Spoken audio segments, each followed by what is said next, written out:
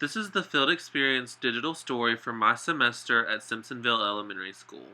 And these are my smart, sweet, sometimes mischievous, but always perfect third grade students. While they are always perfect, sometimes it takes me a while to get there. This is a typical strugglesome morning for me. I should have been leaving around 7:05 so I wouldn't have to speed on the way to school. My drive usually takes about 40 minutes. I typically use this time to think about my day and all that I need to do. This is the entrance to Simpsonville Elementary School. As you can see, I got there just in time. Notice the buoys. As you will see, our school is nautical themed. In the main atrium, you can find Simpsonville's motto, Academics plus fitness seal our success. How clever!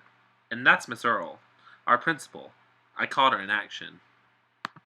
After a short stroll down Pelican Lane, we come to Miss Fincham's classroom, room 302. Even before entering the classroom, it is easy to see writing, and literacy in general, are important here.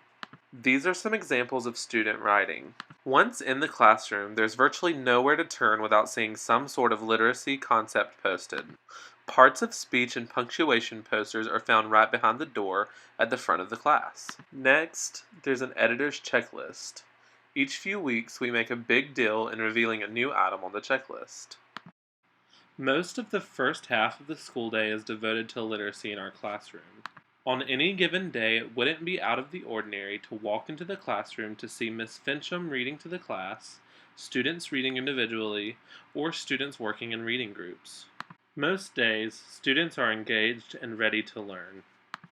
A response to reading and essential question for reading are always clearly posted in the front of the classroom.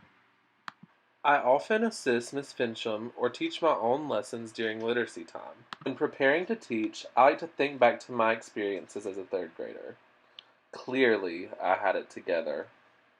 I have my own group, the Blue Group, that I work with and discuss reading with each Monday. Most recently, we read Frindle by Andrew Clements, a story about a class clown who decides to create a new word. I also help with conferencing with students during their writing time. I like doing this as it forces me to be as creative as I challenge my students to be.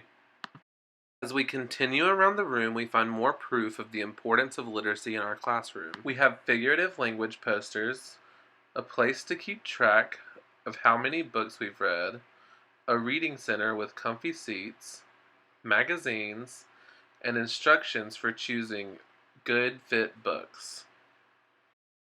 I've also gotten to work with individual students in reading with the Fontes and Pinnell program and performing running records. This helps me to gauge reading comprehension and helps the student to develop fluency. We also find word lists around the room and a word wall, which aids student understanding while providing helpful hints during reading and writing. This semester has granted me really awesome experiences as a teacher of reading and writing that I will take with me into the classroom in the future. I'm so much more confident in myself after this semester. That said, days like this one, when kids get nosebleeds after I teach, remind me that I still have a lot to learn. My lesson couldn't have been that bad, right? All jokes aside, I'm so inspired to continue teaching, learning, and dreaming. Emphasis on the dreaming. And don't forget bad lip syncing on the way to school. Crazy, 'cause you don't think I know what you